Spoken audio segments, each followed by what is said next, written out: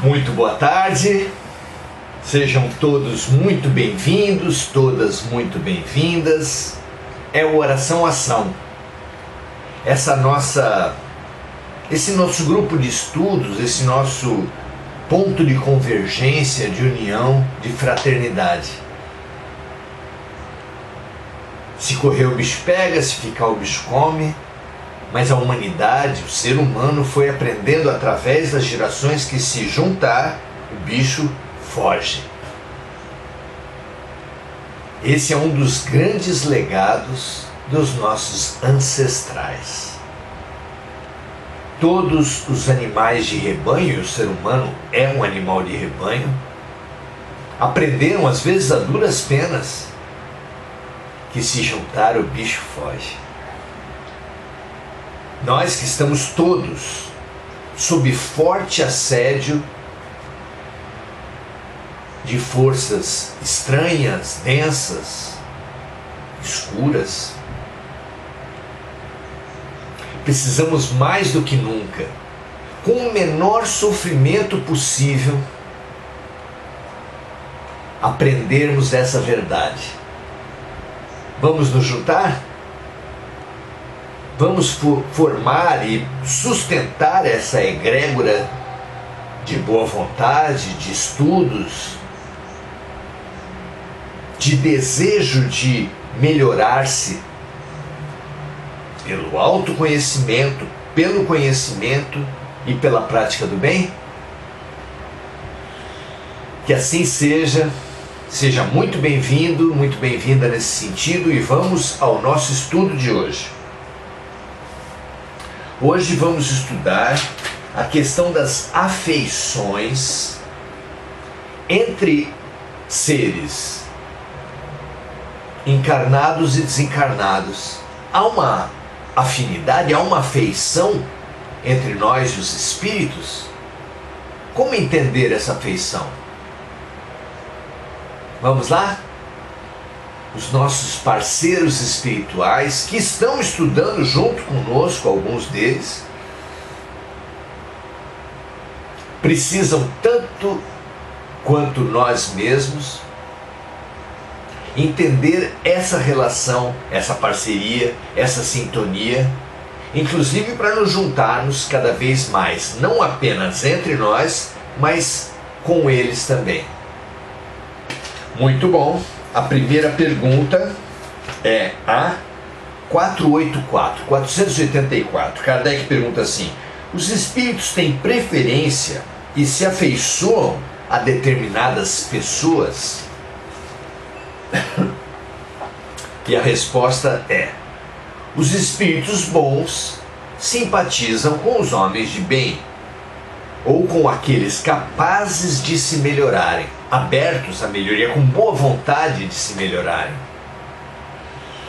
Os espíritos inferiores simpatizam com os homens viciosos, ou com aqueles que podem tornar-se viciosos. A afeição nasce junto com a afinidade de sentimentos. E acrescentamos nós, como nós não somos definitivamente da luz ou das sombras, de bem ou viciosos, podemos dizer que nos nossos momentos bons estabelecemos parceria com os espíritos de luz, com bons espíritos. Nos nossos momentos em que nos entregamos mais aos nossos vícios, nos articulamos conscientemente ou não com espíritos viciosos. Semelhante atrai semelhante.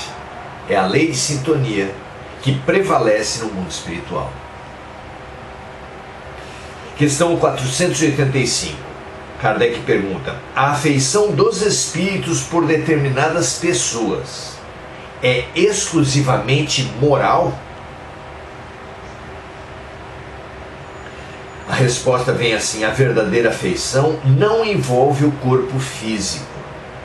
Mas quando um espírito se apega a uma pessoa, nem sempre o faz por afeição. pois pode juntar a esse apego uma vaga lembrança das paixões humanas. Então, a resposta é muito interessante. A verdadeira afeição não envolve nada do corpo físico. É uma identidade, é uma sintonia espiritual profunda. Mas não existe apenas essa sintonia profunda definindo a proximidade entre os seres.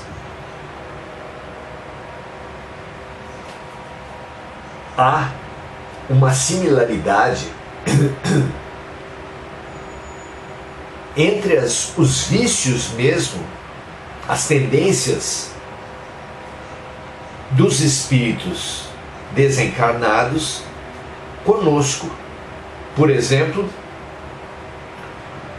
o espírito de uma pessoa que morreu sob um vício, álcool, drogas, jogo, sexo, comida, bebida,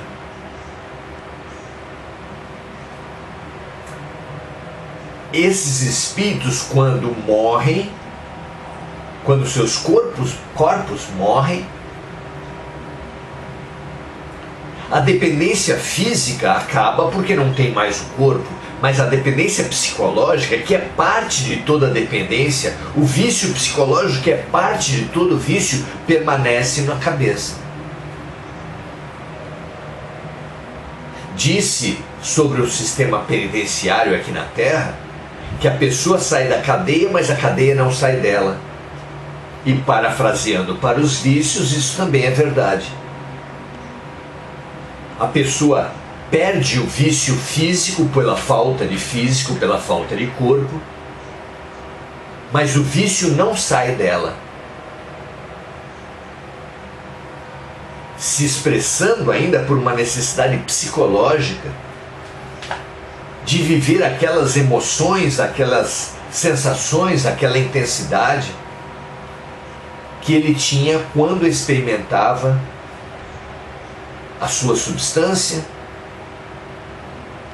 quando ele comia compulsivamente, quando ele jogava compulsivamente, quando ele fazia sexo compulsivamente, desarmonizado.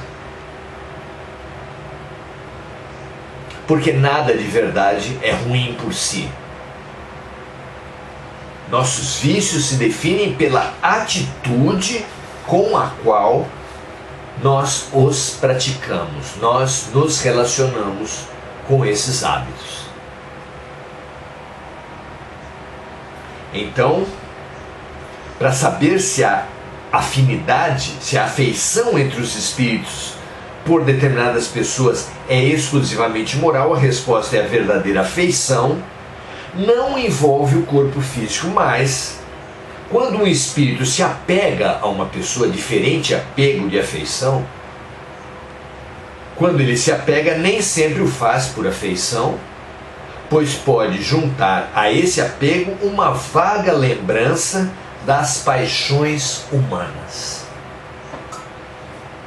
Parece bem clara a resposta, parece bem clara a instrução, não é?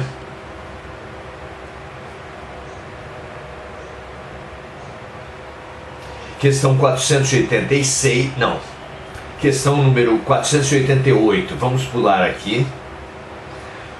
Os parentes e amigos que retornaram antes ao mundo espiritual pelo fenômeno morte têm por nós mais simpatia do que os espíritos que nos são estranhos?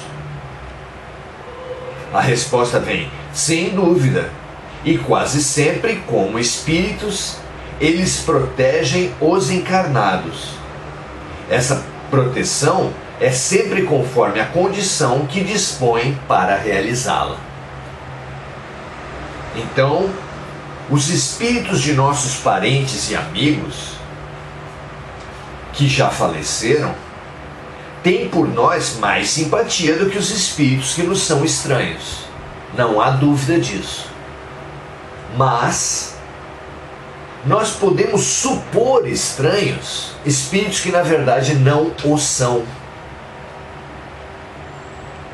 Assim como sonhamos com pessoas estranhas, sonhamos conosco mesmo, sob aparência, sexos, raças muito diferentes, mas que nós sabemos ser nós. Algumas identidades, algumas afinidades ficam encobertas, ficam distantes do nosso consciente e adormecidas no nosso inconsciente, de forma que alguns espíritos que nos parecem estranhos podem ser mais afinizados conosco, mais próximos de nós, do que espíritos de amigos e parentes que já faleceram.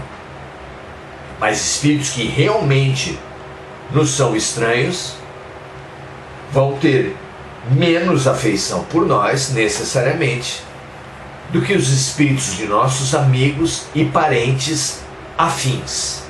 Porque o fato de apenas de ser parente não denota sempre afinidade, não é mesmo? E última pergunta de hoje, 488A,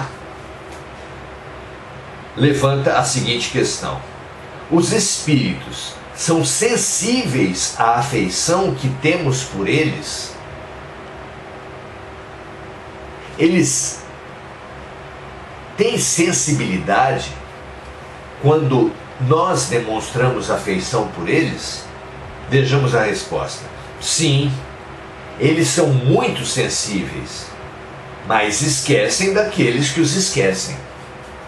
Regra geral é isso. Claro que assim como uma mãe permanece disponível para um filho, mesmo quando esse filho se mostra avesso à mãe, assim como todo ser maduro de uma relação vai se mostrar disponível, afetivo, serviçal, útil ao outro, mesmo quando esse outro, por vaidade, por orgulho, por arrogância, se mostre distanciado, nunca forçando o bem, mas sempre disponível para que quando surgir o amadurecimento no seu ente querido, ele esteja pronto a apoiá-lo. É assim que agem os nossos espíritos afins, mais maduros que nós, em qualquer situação. Nunca, repetimos nós, o bem não se força. Deus respeita o nosso livre-arbítrio e os espíritos superiores também. Quando nos mostramos impermeáveis, avessos à luz, ao bem, à ajuda, eles não forçam. Estimulam, limpam, mas não forçam. Ajudam e esperam a nossa maturidade. Aliás, é o que nós precisamos fazer sempre que nos defrontamos com pessoas que precisam muito de nossa ajuda, mas que estão avessas a nós. Como ajudar quem não quer ser ajudado? É uma grande questão. E nós precisamos imitar os bons espíritos em relação a nós. Da mesma forma que eles não forçam a ajuda para nós, nós também não podemos forçar a ajuda para com os outros. Da mesma forma como eles, porém, não ficam indiferentes, nós também não seremos indiferentes aos nossos afetos que se mostram impermeáveis a nós. O que fazer então? Assim como eles limpam a sujeira que nós adquirimos por nossas baixas vibrações, assim como eles limpam os ambientes que foram sujos pelas nossas energias distorcidas, Nós também. A mãe, o pai de um filho que está viciado em drogas, que não atende mais os chamados, que vem muito ocasionalmente para casa, podem e devem fazer, para além da higiene física dos quartos e das roupas, fazer também uma higiene espiritual, emitindo para essas roupas, para esse quarto, depois para sua alimentação, para a água que ele vai beber, as melhores energias. Parecido com aquele ditado do interior que fala que o mingau quente se come pelas beiradas. Também a pessoa impermeável à nossa ajuda deve ser assistida através do ambiente.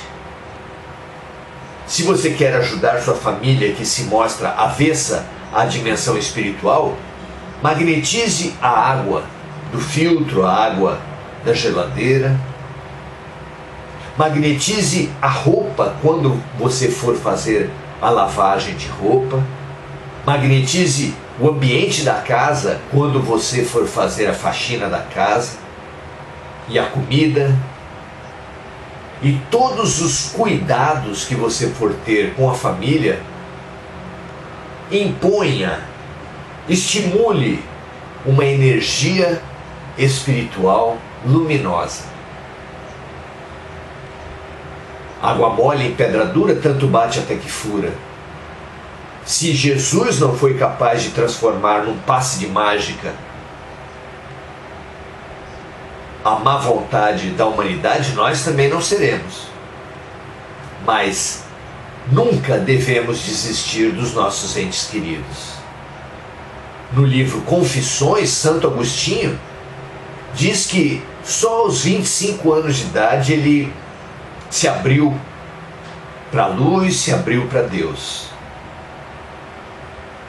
Até os 25 anos, sua mãe orava sistematicamente por ele, que desenvolveu uma vida dissoluta, uma vida de bebidas, uma vida desregrada em todos os aspectos. Ela nunca desistiu dele, como Deus nunca desiste de nós. Veja se isso lhe é útil.